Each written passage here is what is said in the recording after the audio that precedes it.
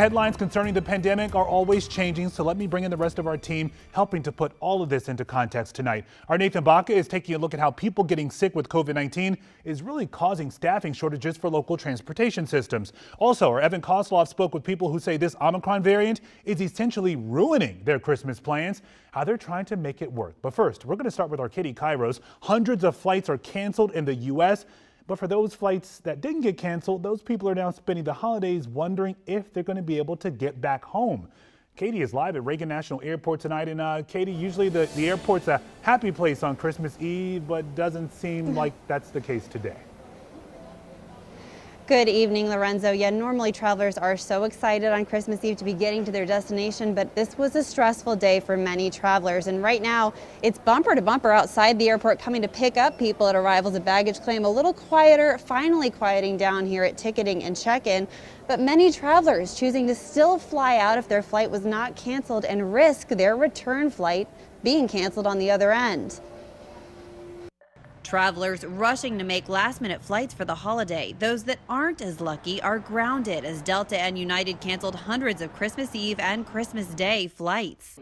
It is a big concern because I have to come back and come to work. And so, I'm hoping everything, hope for the best. Miranda Tate is flying to Charlotte for a 2-day trip. She says the risk that her return is canceled will cause her stress over the weekend.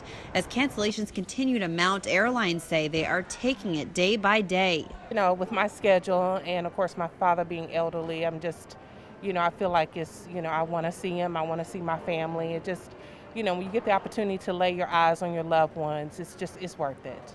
Airlines around the world are canceling flights, more than 500 of them in the U.S., according to FlightAware. Delta and United both canceling close to 10% of their scheduled Christmas Eve flights.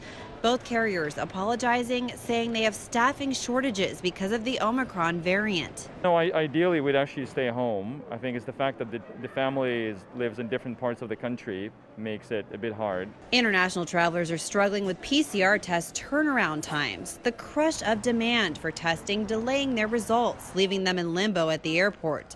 Mabel LaRosa has been waiting on her COVID test results from Kaiser Permanente since Wednesday, hoping to make her flight to see family in Uruguay this Christmas Eve. Waiting here until the test result is coming, and then they decide what is happened to me.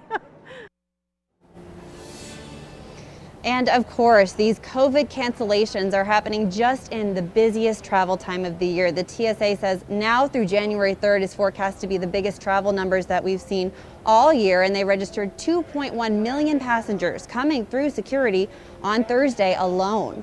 Live at Reagan National, Katie Kairos, WUSA 9. All right, Katie, I can't decide which scenario is better, getting stuck at home or going elsewhere and getting stuck in that location. Yeah, Katie, thank you.